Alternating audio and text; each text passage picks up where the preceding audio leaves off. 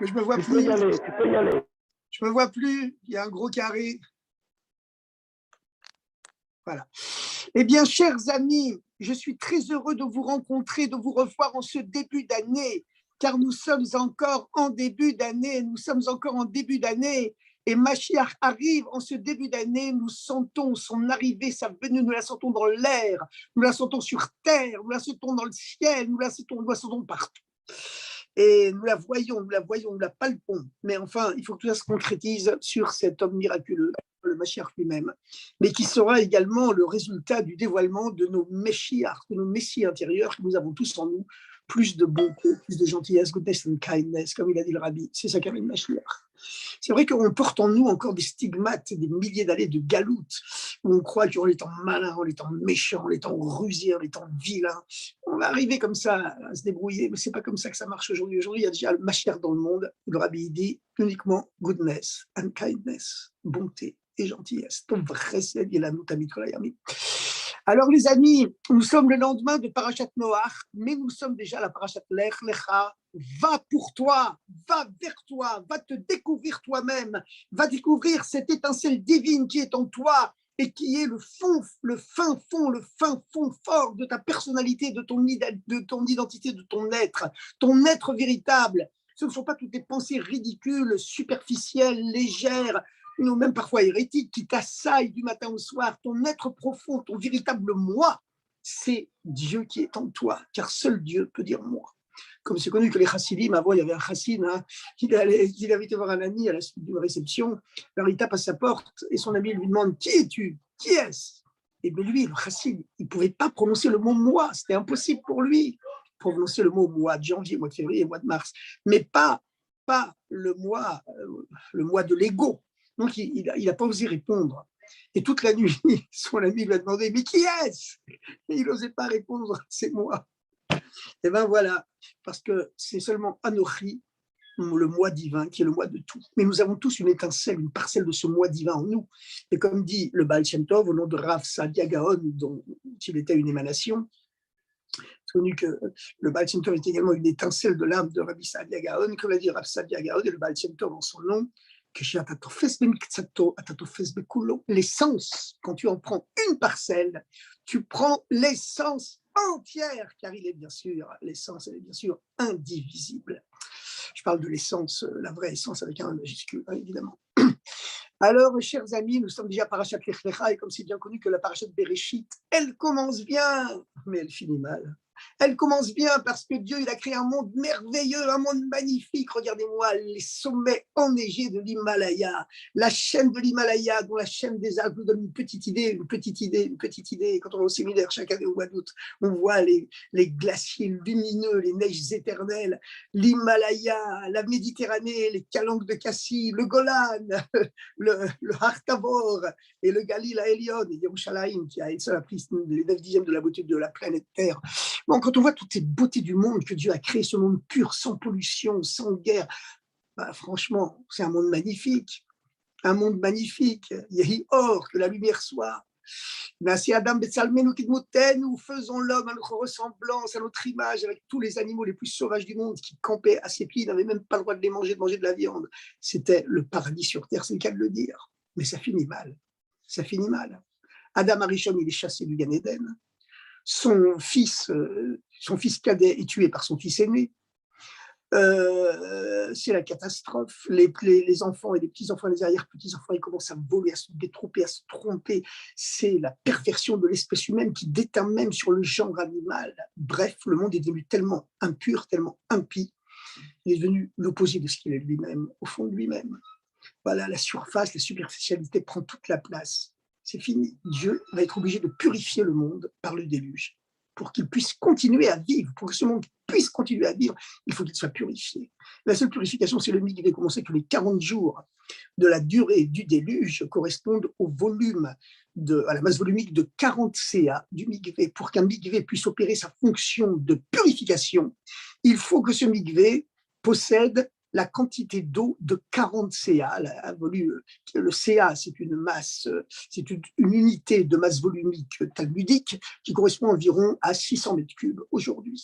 Bon, vous pouvez vous tremper dans la Méditerranée, Vous pouvez vous tremper dans le lac de Kinneret, de Tveria, de Tibériade. Vous pouvez vous tremper dans le Jourdain aussi. Hein. Bon, il faut faire attention, selon de nombreux décisionnaires, il faut faire attention au fait que l'eau ne coule pas sans arrêt. Hein. Il faut un endroit où l'eau est quand même retenue, qui est un mikvé à maïm, un rassemblement d'eau. Mais bon, vous pouvez vous tremper, bien sûr, dans un mikvé qui est contigu, avec le système des vases communicants, à de l'eau de pluie, ou alors un réservoir d'eau de pluie, d'eau naturelle. Et puis voilà, vous êtes purifié par ce volume, cette masse volumique de 40 CA du mikvé.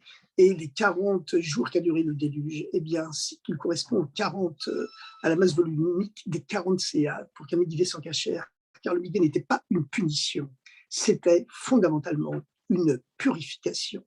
Et d'ailleurs, plus profondément, c'était même au-delà de la purification, parce que le monde est retourné à son état primordial, où l'eau recouvrait tout, et où, comme le dit le Midrash, la seule conscience qui existait, c'était la louange de Dieu qui montait de l'eau. Il n'y avait rien sur terre que l'eau, qui recouvrait tout. Et l'eau, qu'est-ce que c'est l'eau? Bien, l'eau, finalement, c'est l'être indifférencié. L'eau, c'est le contraire de l'ego. L'ego, il tient une place fixe, c'est moi et je ne change pas. Mais l'eau, elle se dilate, elle prend toutes les attitudes, toutes les positions. C'est l'être indifférencié qui est au-delà de l'ego.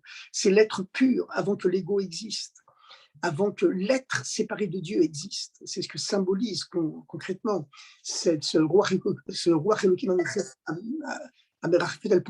ce souffle de Dieu qui planait sur la face des eaux à l'époque où le monde était Maïm Bemaïm, selon les termes du Midrash, eau dans l'eau, c'est-à-dire être un et indifférencié absolu, sans aucune trace de terre ferme d'ego.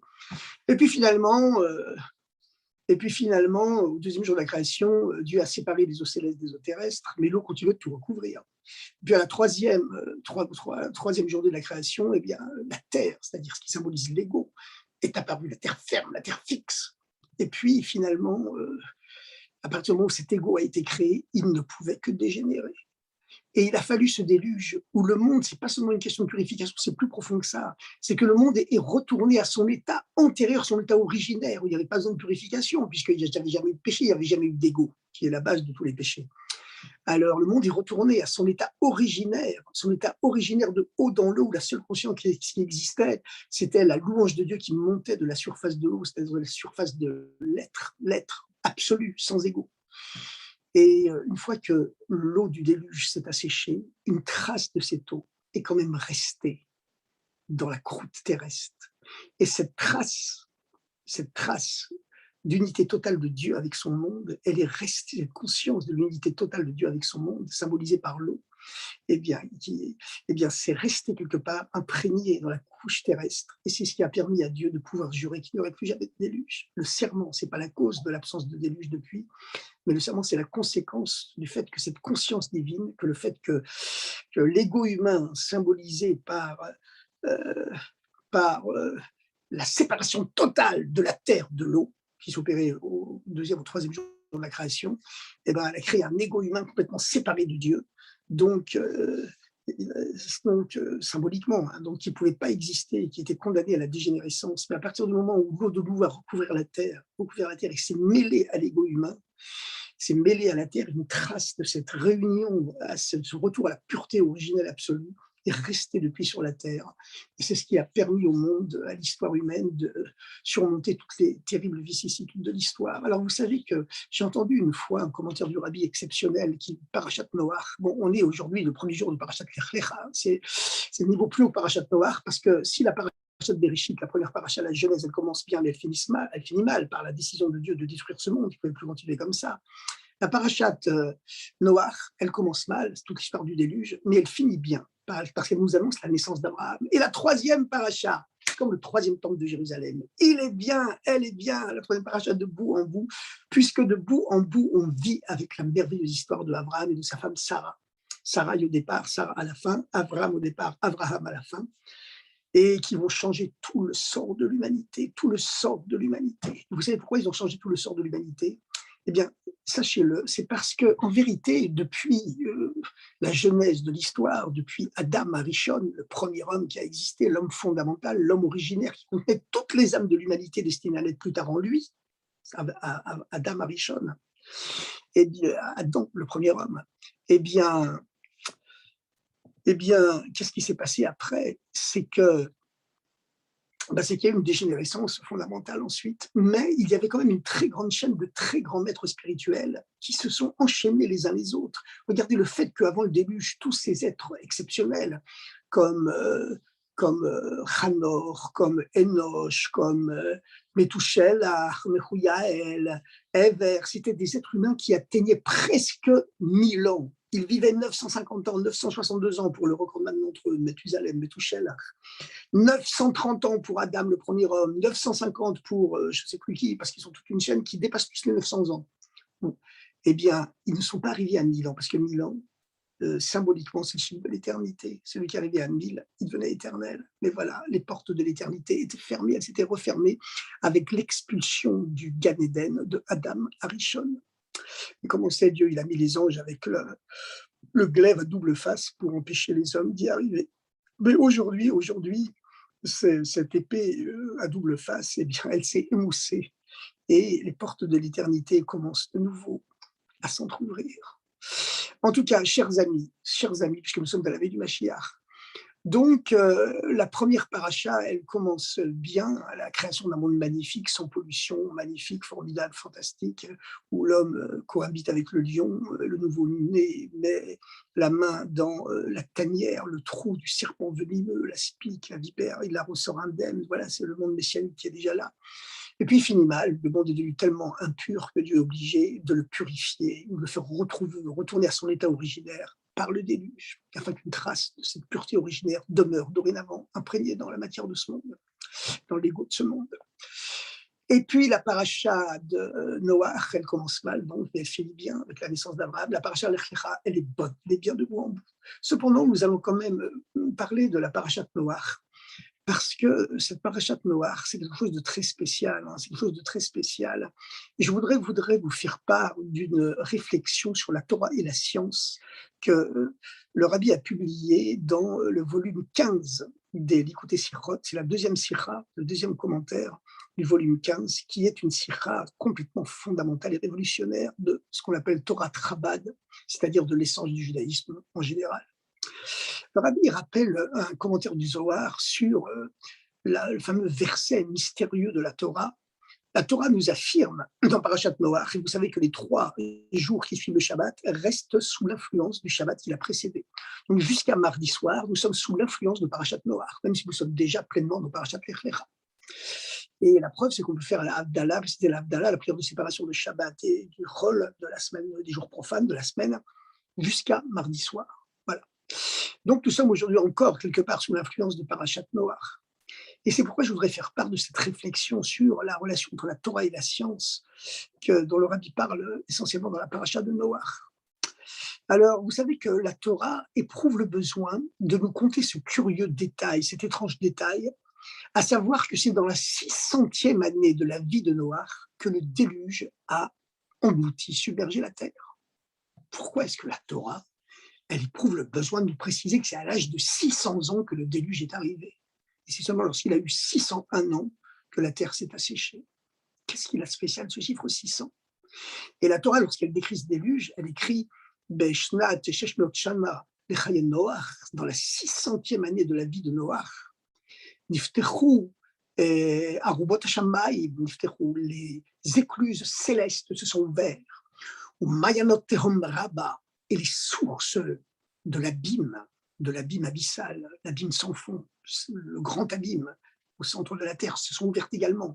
Et l'eau, les eaux célestes est venue du fond de la terre, les eaux du haut et du bas vont submerger le monde en descendant du ciel et en remontant du fond de la terre.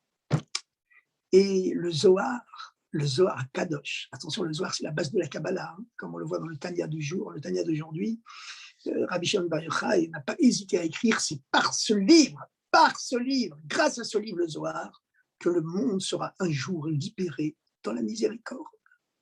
Le Zohar sont les secrets de la Torah, c'est la base de toute la texture de la Kabbalah qui s'est dévoilée peu à peu plus tard par le Sefer Yetzira, quelques siècles plus tard, par bien sûr les écrits du Harizal, des siècles après évidemment, par le Shlach HaKadosh qui a précédé le Baal Shem Tov, par bien sûr la révolution chassidique du Baal Shem Tov et également du Or HaChaim HaKadosh qui a dévoilé des secrets de la Torah comparables à ceux de la Chassidoute dans le monde séfarade. D'ailleurs, le Baal Shem Tov savait que s'il rencontrait le Or HaChaim HaKadosh, tous les deux ensemble, ils arriveraient à faire venir le Mashiach physiquement dans ce monde. C'est pourquoi ils voulaient le rencontrer physiquement, parce qu'il cherchait à le rencontrer spirituellement, mais c'était impossible. Le Baal Shem Tov le déplorait quelque part en disant « Chaque fois que je m'élève dans un monde supérieur, chaque fois, disait le Baal Shem Tov, que je quitte mon corps, que mon âme quitte mon corps, que je m'élève dans les mondes célestes, j'essaie de rencontrer le Or HaChaim là-haut, mais il est déjà monté plus haut, il est déjà monté plus haut. » Et le Baal Shem Tov rajoutait « C'est pas qu'il est plus puissant que moi, hein, mais il a les pieds agiles. » Voyant qu'il n'arrivait pas à le rencontrer spirituellement, le Baal Shem Tov a décidé d'aller le rencontrer physiquement,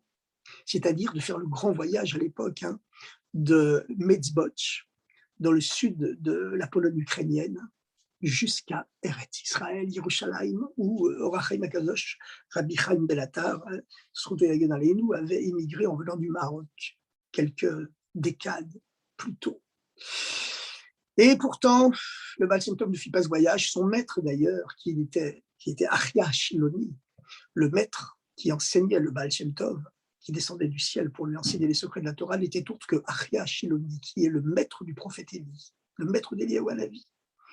À la différence d'Eliyahu Hanavi, qui est un ange, Achia Shiloni, c'est un homme, un être humain, c'est une neshama.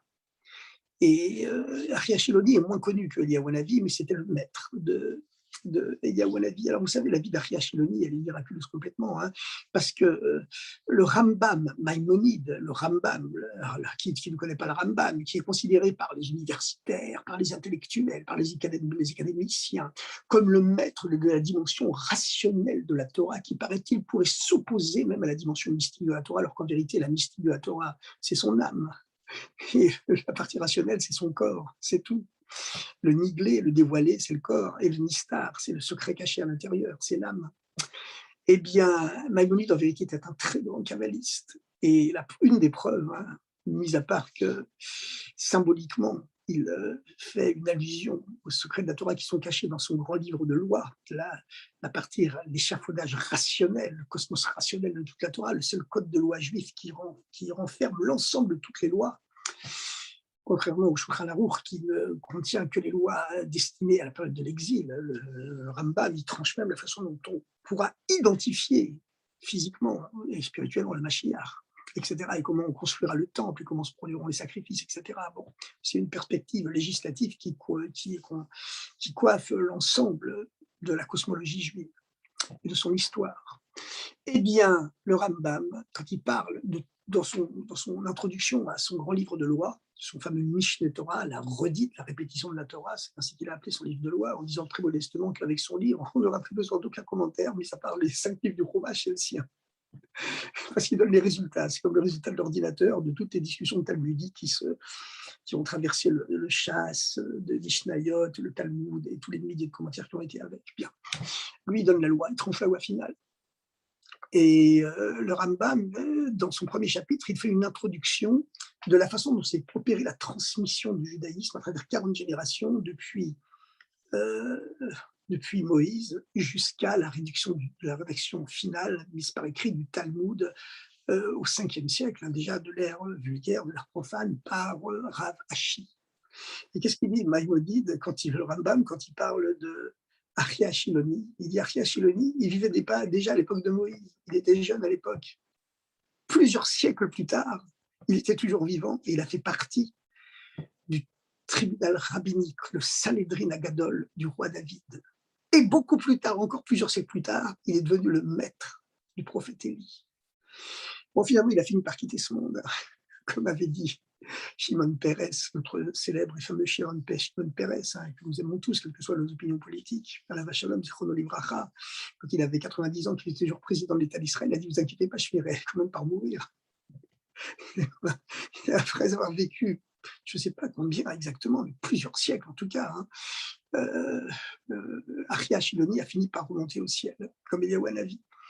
Et il est redescendu sur terre quelques milliers d'années plus tard, pour enseigner les secrets de la Torah à Rabbi Israël Baal Shem Tov, le fondateur de la Chassidoute. Alors on explique que c'est ce qui donne cette tonalité humaine à la Chassidoute, par opposition quelque part à la Kabbalah, qui elle est enseignée aux kabbalistes en général par le prophète Élie, qui n'est pas un homme mais un ange. Donc c'est ce qui donne ce côté complètement éthéré, séparé du monde de la Kabbalah. Alors que comme le maître du Baal Shem Tov, c'est une âme humaine, Arya Shiloni, Arya de Shiloh, comme on l'appelle, eh bien, ça donne cette dimension humaine par rapport au secret de la Kabbalah. Le secret de la Chassidoute possède toujours une dimension humaine, parce que le maître qui a enseigné le Baal Shem Tov, le premier maître de la Chassidoute, eh ben, c'était justement une âme humaine, l'âme de Arya Shiloni. Bon, en tout cas, les amis, nous allons continuer à parler de cette parashat Noach. Alors, revenons à notre question primordiale. Pourquoi est-ce que la Torah éprouve-t-elle le besoin de nous transmettre l'idée, de nous transmettre le fait, l'histoire, du fait que c'est dans la 600e année de la vie de Noach précisément que les écluses célestes, Aruvot Shamaim, et les sources du grand abîme, Maïlot Tehom Rabba, se sont ouvertes et que l'eau a submergé le monde pendant 40 jours en descendant du ciel et en montant du fond de la terre. Et le Zohar, il dit ce chiffre 600 reviendra dans l'histoire. Ce chiffre 600 reviendra dans l'histoire. Il reviendra dans l'histoire, car dans la 600e année, prédit le Zohar, vous allez voir que sa prédiction, elle s'est réalisée. À notre époque, on voit qu'elle s'est réalisée. Dans la 600e année du 6e millénaire, ce chiffre 6 avec 2 zéros, c'est toujours le chiffre 6 avec 2 zéros, c'est toujours le chiffre 6 reste toujours la base. Comme m'a dit une fois un ami mathématicien, pourquoi est-ce que Dieu s'est dévoilé à travers, pourquoi le un divin, l'unité divine s'est manifestée dans le monde à travers les 10 sphirotes, les 10 paroles que Dieu prononce dans Bereshit pour créer le monde, qui sont la manifestation des 10 sphirotes, les 10 attributs divins, les 10 qualités divines, 10 sphirotes, sphère Elani Odiba, ça symbolise l'infini. Pourquoi est-ce que Dieu se manifeste par 10 qualités, 10 sphirotes, d'où émanent les 10 paroles génitrices de la création du monde et qui recrée le monde sans arrêt du néant à l'être. Pourquoi est-ce qu'il y a 10 sphirotes, pas 11 et pas 9?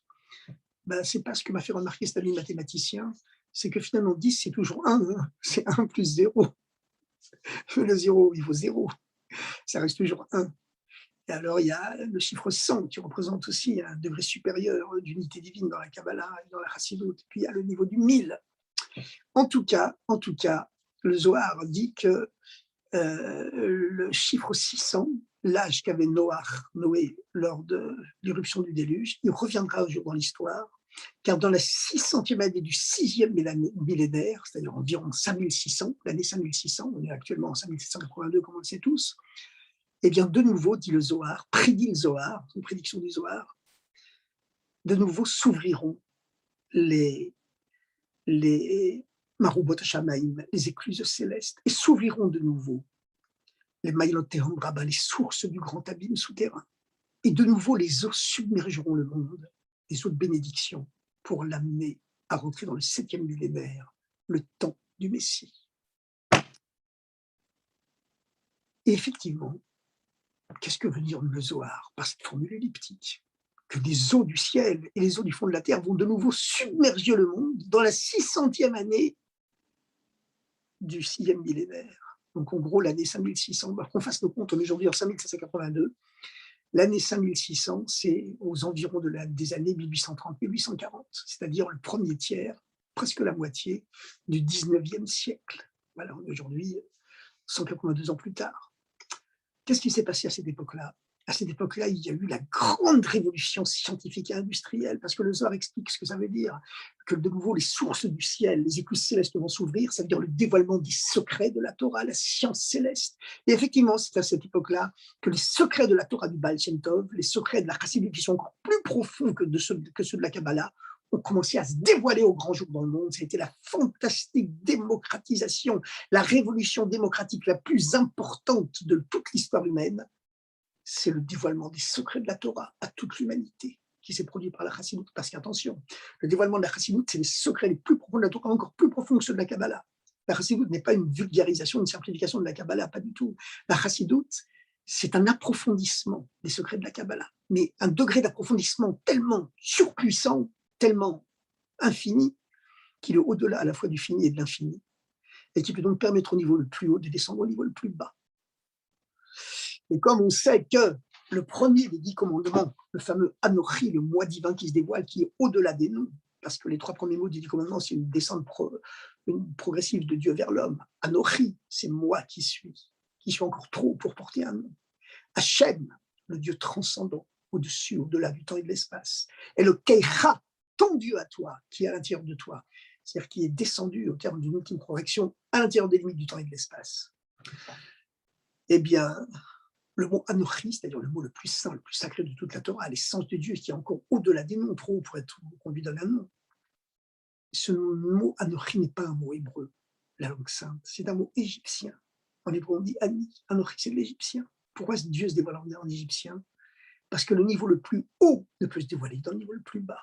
Et l'égyptien, à l'époque, c'était vraiment la langue de la vulgarité absolue, la langue de la culture humaine la plus basse, la plus immorale qui ait jamais existé dans toute l'histoire. On n'a jamais vu dans toute l'histoire que l'inceste était considéré comme le summum de la spiritualité humaine, au point que les pharaons avaient besoin d'épouser leurs sœurs. C'est une horreur qui a été condamnée par toutes les sociétés antiques, l'inceste. Il n'y a que l'Égypte qui l'a promu. Mais l'Égypte, c'était vraiment la civilisation la plus immorale du monde. C'est pour ça que la sortie d'Égypte, c'est une libération qu'on va faire tous les jours, sortir de son Égypte intérieure.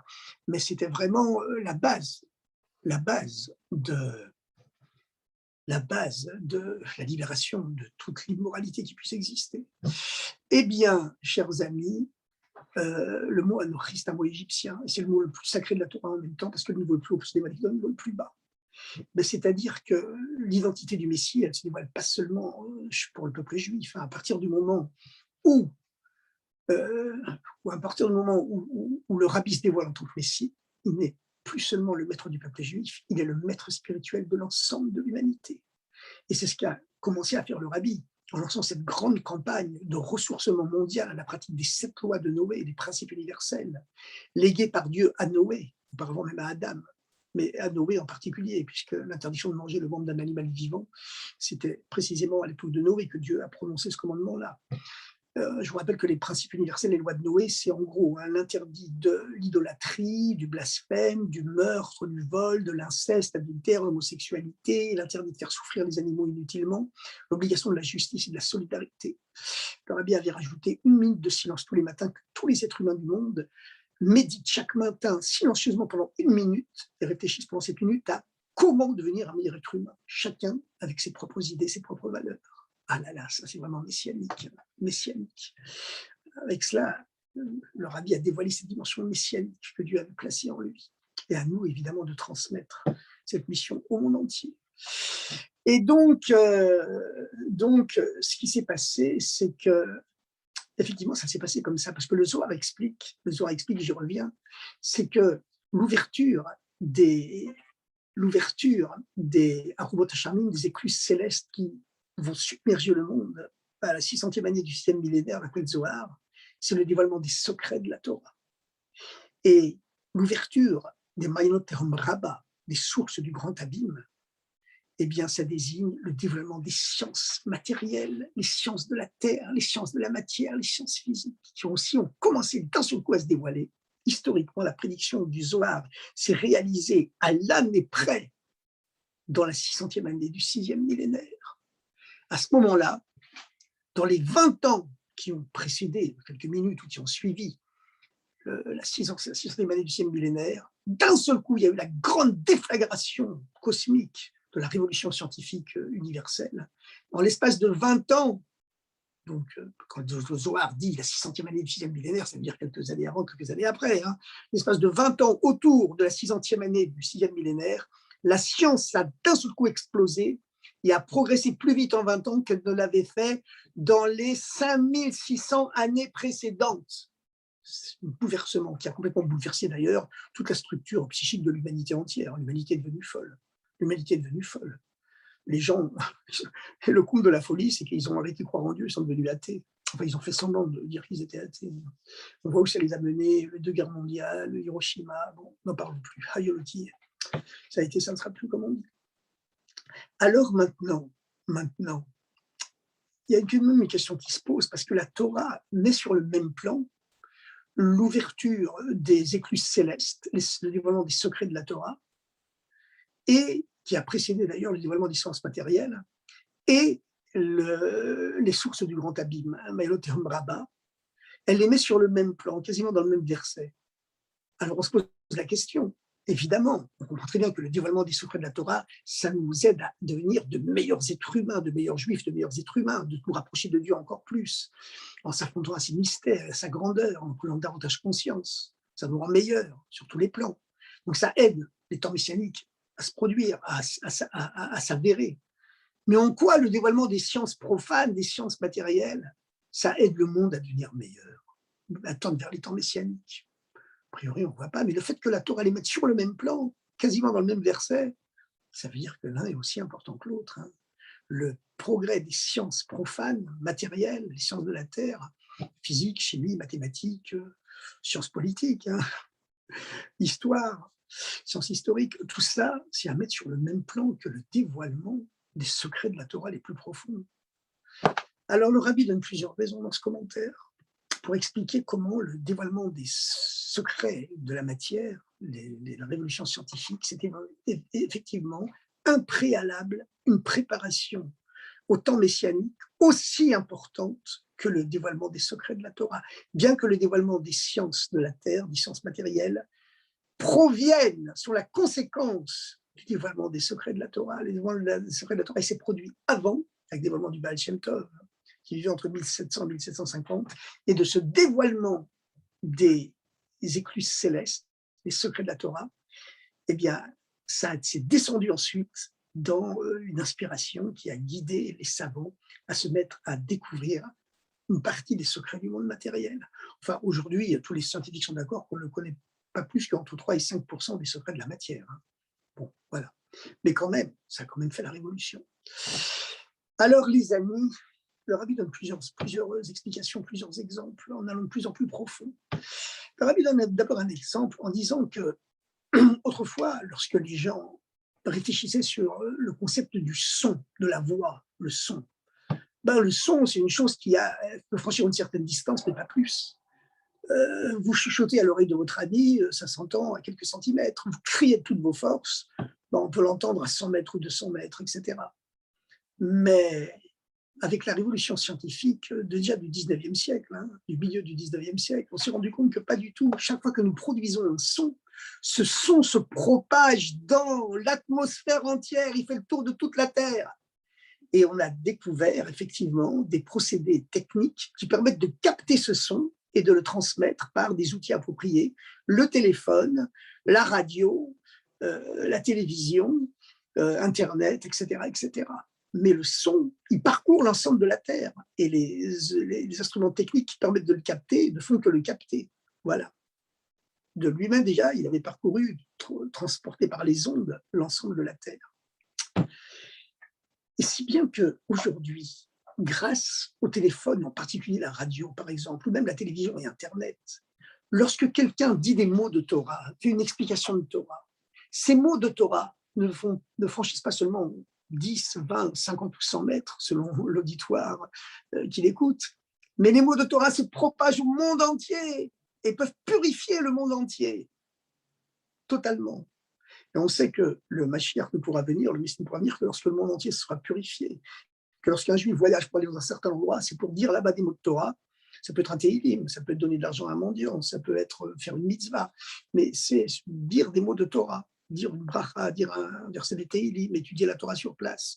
Parce que les étincelles divines tombées en exil dans cet endroit, elles attendent l'âme de ce juif pour élever ces étincelles par la Torah.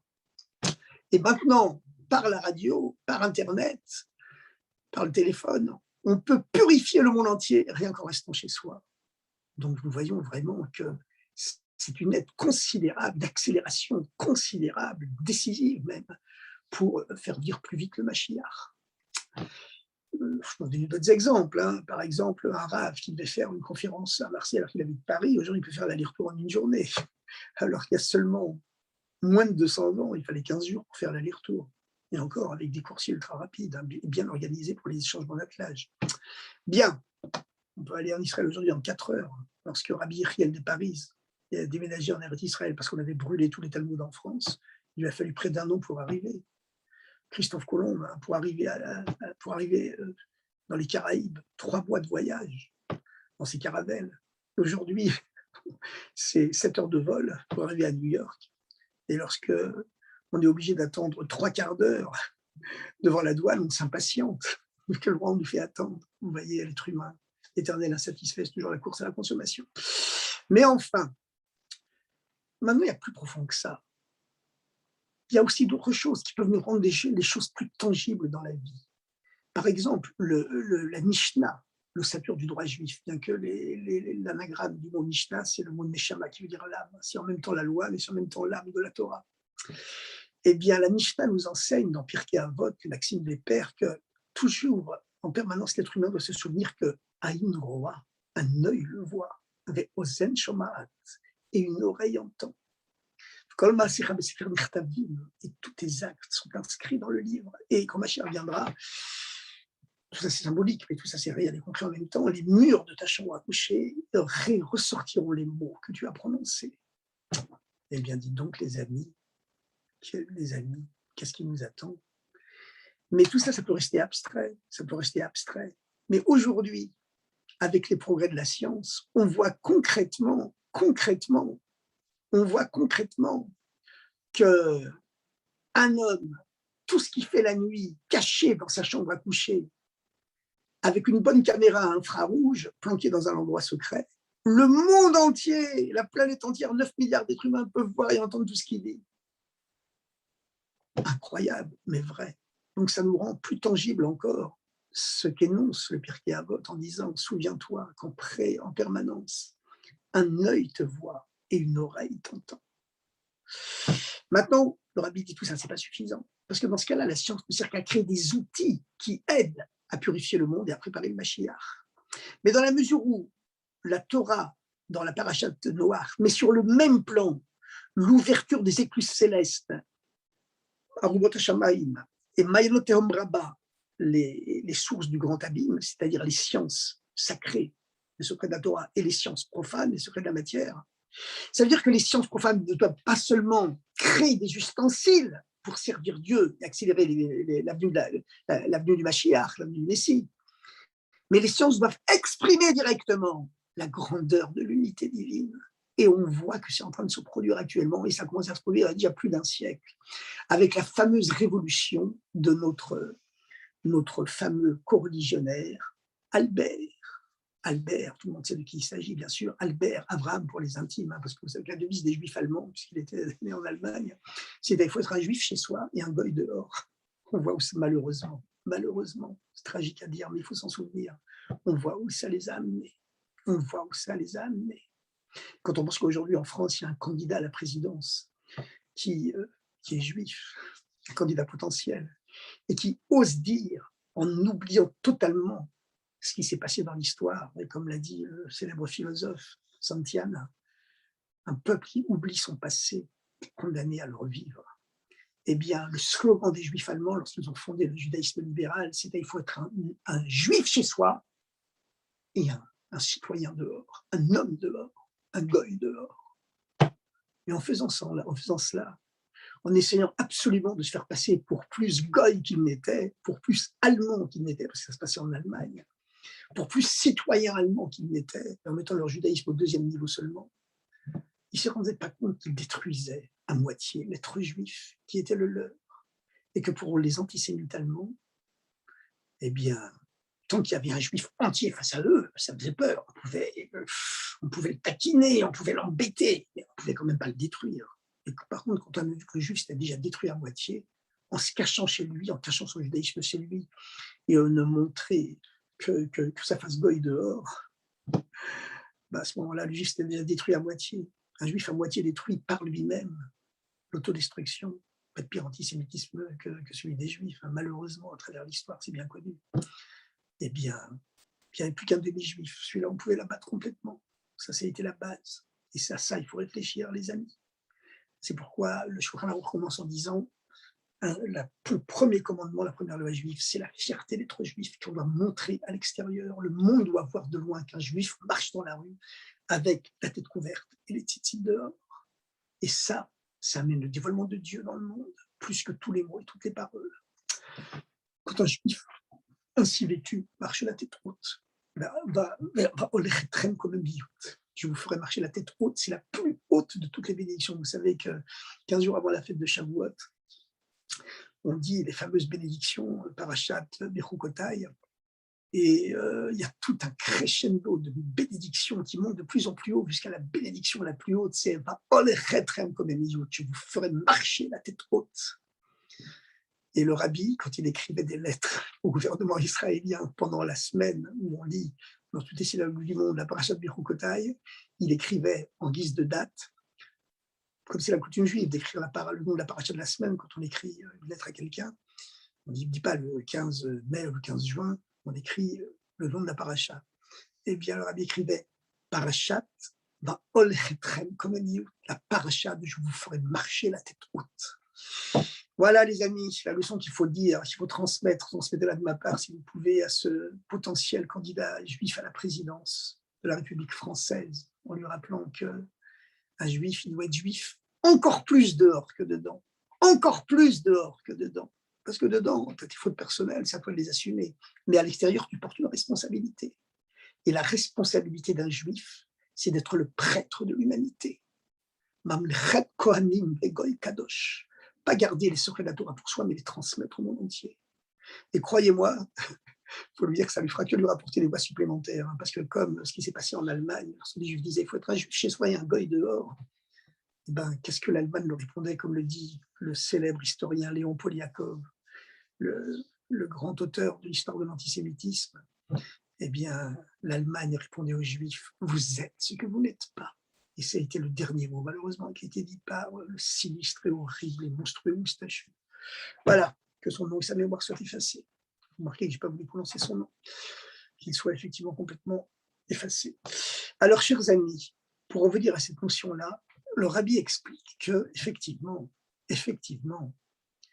les secrets de la science ne sont pas là seulement pour créer des instruments qui, donc, indirectement ou même directement, vont permettre d'accélérer les temps du Messie en nous en prenant conscience qu'un œil nous voit et qu'une oreille nous entend, que grâce à la radio et à la télévision et à Internet, on peut diffuser maintenant les mots de la Torah qui permettent de purifier le monde entier en se diffusant dans la stratosphère, dans la ionosphère, dans l'atmosphère, partout, et en purifiant le monde, donc, et élever les étincelles divines tombées en exil dans le monde entier.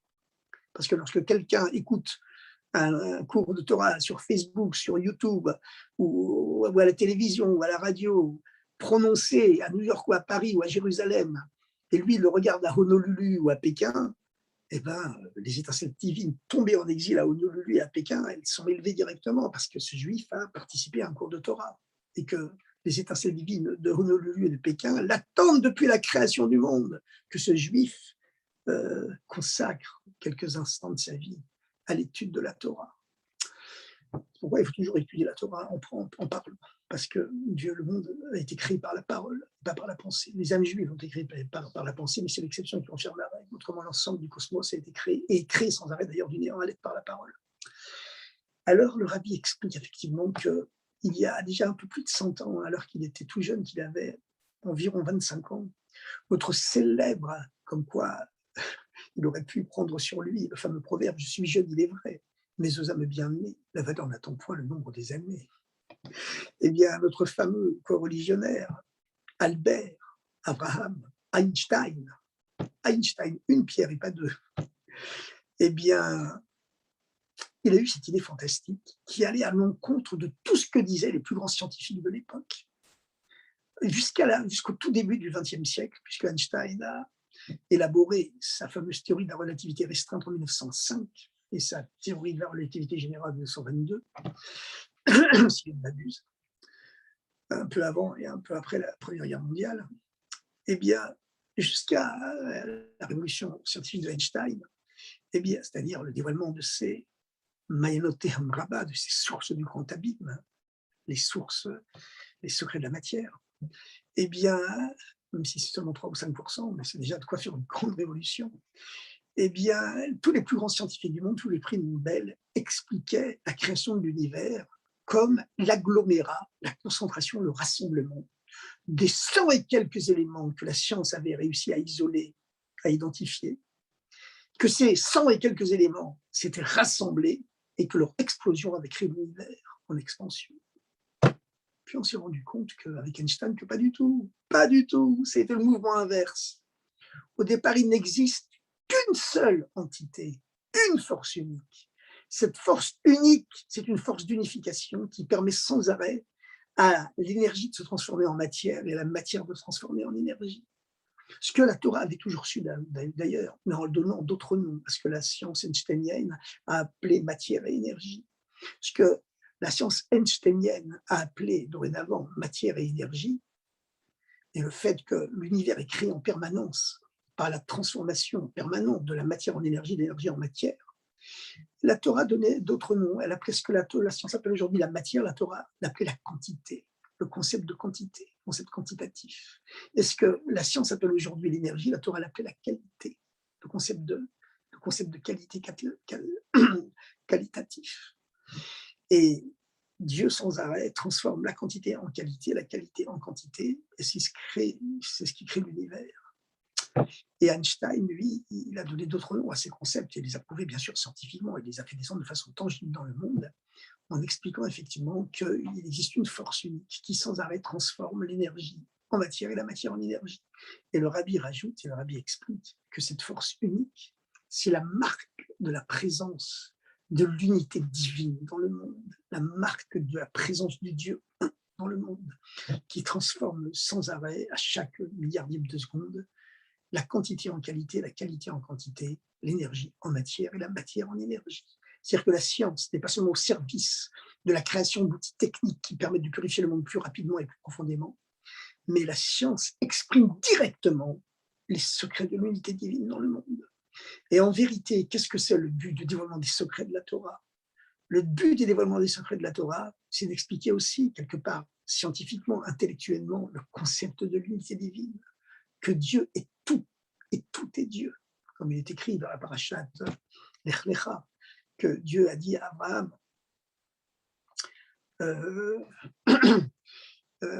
il est écrit que Dieu a dit à Abraham de propager son nom partout dans le monde. Et qu'est-ce que faisait Abraham? Il est écrit Vaïkra Abraham Beshem Hashem Kel Olam. Abraham proclamait dans le monde entier Quel Olam, pas quel Haolam, le Dieu monde, pas que Dieu est le Dieu du monde, avec l'article défini Ha, qui aurait signifié quel Haolam, le Dieu du monde, ce qui aurait sous-entendu qu'il y a le monde d'un côté et Dieu de l'autre. Et Dieu est au-dessus du monde, il dirige le monde d'en haut. Pas du tout, il n'a pas dit quel Haolam. Il a même proclamé au monde quel Olam, que Dieu c'est le monde et le monde c'est Dieu. Le principe de l'unité divine avec son monde, que Dieu est tout et tout est Dieu. Évidemment, voilà, c'est un concept profond, mais on peut le comprendre, l'intérioriser. Il faut travailler sur soi pour l'intérioriser. Et savoir que tout ce qui nous arrive dans la vie, finalement, évidemment, c'est Dieu qui nous l'envoie à chaque instant et qui recrée quand même le monde à chaque instant du néant à l'être. Donc, il nous donne la possibilité de pratiquer la Torah et les mitzvot sans arrêt, même s'il y a des obstacles apparents qui peuvent être effectivement redoutables. Comme disait le Baal Shem Tov, hein, lorsqu'un jour on dit il y a une créature monstrueuse, puisque dans la parashat Noach, il est écrit dans le commentaire de Rashi que Noach a fait rentrer tous les animaux que l'arche pouvait contenir. Évidemment, vous allez me dire, les brontosaures, les dinosaures, les stégosaures, des animaux monstrueux qui étaient trop grands pour rentrer dans même le plus grand des navires, l'arche n'a pas pu les contenir, donc ils sont restés là-bas. Ils sont restés dans la période antidéluvienne. On n'a trouvé aujourd'hui que leur squelette. Il y avait également les animaux qui avaient corrompu leur espèce. L'arche, qui était un lieu très saint, n'a pas pu non plus les recevoir. Mais Rachid donne ce curieux commentaire, il dit même les démons sont rentrés dans l'arche. Il a amené tout ce qui était vivant. C'est-à-dire l'esprit du mal qui existe dans chaque être humain, il y a une partie de cet esprit qui est rentré dans l'arche. Mais qui coexistait pacifiquement pendant tout le séjour d'un an qui a duré le séjour dans l'arche. Et un jour, il y a un de ces esprits mauvais qui est apparu au Baal Shem Tov sous la forme d'un géant énorme qui lui disait, parce que le Baal Shem Tov disait des ascensions d'âme dans les mondes célestes, et il s'est présenté devant lui en disant « Je vais te broyer entre mes doigts ». Le Baal Shem Tov lui a dit « Mais t'es nul, t'existes pas ». Et le géant, le démon, s'est gonflé encore davantage. Il a dit « Je vais te pulvériser entre mes ongles ». Baal Shem Tov lui répond calmement « T'es battel voutal, t'es nul et t'existes pas. Je vais te pulvériser par mon souffle. mais t'es nul, il t'existe pas. Lorsque le Baal Shem Tov l'a répété 3 fois, t'es nul, il t'existe pas. Poum, d'un seul coup, cette grosse bulle vide qui était le démon, elle a explosé. Elle a implosé, on n'a plus rien vu, plus aucune trace d'elle-même. C'était la même chose avec l'implosion du communisme, hein, je vous rappelle, cette incroyable idéologie, le communisme, qui avait réussi à conquérir physiquement, politiquement, territorialement, quasiment la moitié de l'humanité, et qui avait conquis le cerveau de tous les grands intellectuels occidentaux. À l'époque, à la Sorbonne, pour devenir prof à la Sorbonne, il fallait soit être communiste, soit être de sympathie communiste. Comme disait Jean-Paul Sartre à l'époque, dans les années 50-60, tous les anticommunistes sont des chiens. Le plus grand philosophe et écrivain français de l'après-guerre. Et cette hérésie communiste, cette monstruosité communiste, ce démon communiste qui prétendait conquérir le monde entier et libérer le monde entier, libérer le monde entier en créant un monde parfait, il y aurait plus riches, nous pauvres, etc. C'est pas hasard, évidemment, si son fondateur était un juif, Karl Marx, même si ses parents s'étaient convertis au christianisme, alors que son grand-père était encore rabbin. Il y avait tous les archétypes de l'inconscient collectif juif, les archétypes de la marche dialectique du monde vers les temps messianiques. Dans l'œuvre de Karl Marx, de A à Z, son œuvre était imprégné de ces concepts messianiques juifs, bibliques, archétypiques, archétypaux. Eh bien, le communisme, d'un seul coup, il a explosé comme une bulle. Il a implosé. Aujourd'hui, il n'en reste rien. Mis à part les petits relents de la Corée du Nord, peut-être de Cuba. Et bon, et puis il y a des relents qui restent en Chine, même en Chine, dans la mentalité russe, mais c'est rien, comme ce que c'était. Rien. Des lambeaux de peau, du gros démon. Alors, chers amis, ça c'est dû, comme l'a dit le rabbi, ce miracle de l'implosion pacifique du communisme, alors que dans le passé, même il y a seulement 80 ans, hein, on pouvait venir à bout de ces démons monstrueux qui présentaient régenter le monde que par des guerres atroces qui faisaient des millions de morts, comme on l'a vu au milieu du XXe siècle. Et là, avec le dévoilement messianique du rabbi, paf, ce démon communiste, il a implosé d'un coup, sans faire de dégâts. On a vu les dirigeants de la superpuissance mondiale qui prétendaient conquérir le monde entier par la violence et qui imposaient une dictature terrifiante à l'ensemble de leur population. Condamnation à mort de tous les gens qui veulent pratiquer leur religion librement, etc., etc. Quand le régime s'était adouci, c'était condamnation à l'exil ou à l'hôpital psychiatrique. D'un coup, le rideau de fer, pouf, qui se dissipe comme une bulle de savon. Tous les juifs qui peuvent retourner en Eretz Israël s'ils le désirent, tout le monde qui peut pratiquer sa religion librement. Et pour la première fois dans l'histoire de l'humanité, on voit des dirigeants violents, dictatoriaux, totalitaires, qui font amende honorable en reconnaissant qu'ils ont le tort, qui rétablissent les libertés en disant ça, on a fait ce que vous voulez, on reconnaît qu'on s'est trompé. Et on demande la paix universelle, la fin de la guerre froide et le début d'une paix chaude.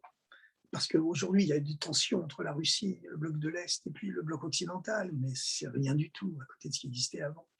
Chers amis, on a vu ce miracle messianique du dévoilement du rabbi.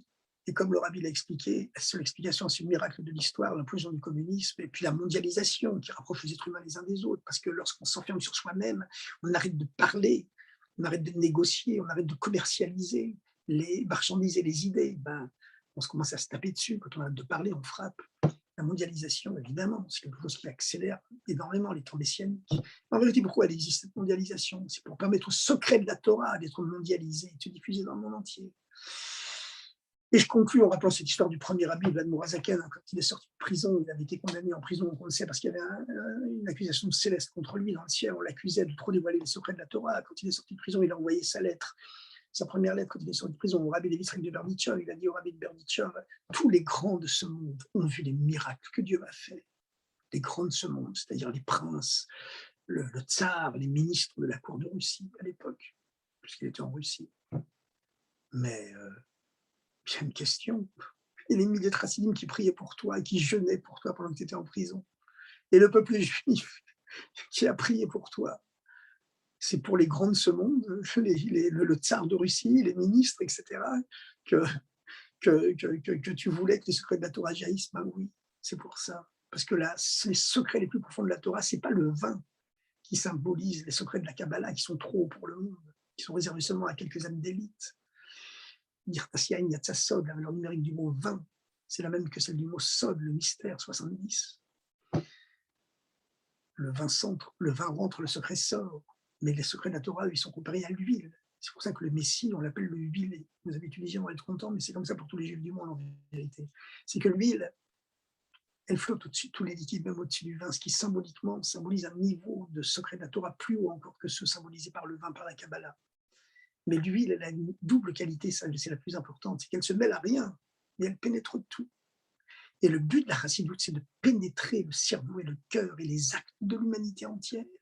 Et c'est pour ça que le rabbi a lancé cette grande campagne des 7 lois universelles et 7 principes universels et a demandé effectivement que lorsqu'on a l'occasion, bon, évidemment, quand on va dans les rues, on va courir dans les rues pour faire Mitzvahim, c'est pour mettre de filines aux juifs. Il faut leur donner des cours les inviter à des cours de Torah. Mais puisque la vie a encore mis une grande partie du peuple juif en exil dans le monde non juif, et qu'après tout, l'État d'Israël, il est aussi présent parmi les États du monde, et que par Internet, etc., ben, nos scientifiques, nos hommes d'affaires, ils participent à toute la marche de l'humanité, à toute cette mondialisation en marche vers les temps messianiques. Bien, le but de ça, c'est Bereshit, pour les 2 prémices, pour les 2 commencements, Beit Reshit, les 2 commencements. Dieu a créé le ciel et la terre pour la Torah et pour le peuple juif. Le but de tout ça, c'est que les secrets de la Torah jaillissent dans le monde entier. Et comme on le sait, comme l'a dit le Baal Shem Tov, lorsqu'il a posé la question au Messie, que le Messie, le Mashiach, lui a répondu, quand est-ce que je viendrai? Tu me demandes quand je viendrai? Le Baal Shem Tov a demandé au Mashiach quand il viendrait. Il a répondu, Dirché, Yafutsu Maïnotecha, lorsque tes sources jailliront, ça à l'extérieur, tu ne les garderas pas seulement à l'intérieur, mais elles jailliront à l'extérieur, à ce moment-là, je viendrai.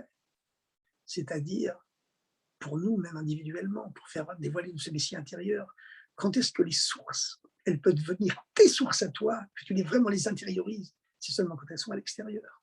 Tu les fais jaillir à l'extérieur pour purifier le monde entier. Chers amis, Mashiach tout de suite. Bonne semaine, bon mois et bonne année. On dit encore, vous savez, jusqu'à Parashat Lech Lecha, Yaakov halach ledarko, et Yaakov reprit son chemin. Et bien voilà, ce chemin qui nous mène à la vie du Mashiach, tout de suite en très bonne santé, de merveilleuses années à tout le monde, sur les plans matériels, spirituels. Le rabbi nous bénissait toujours, en premier en matériel, ensuite en spirituel, selon d'ailleurs l'image du Baal Shem Tov. Et que les 2 ensemble nous permettent à recevoir Mashiach tout de suite. Bonne semaine, bonne année, bonne vie, que du bonheur. Et Mashiach, now! Au revoir et à bientôt.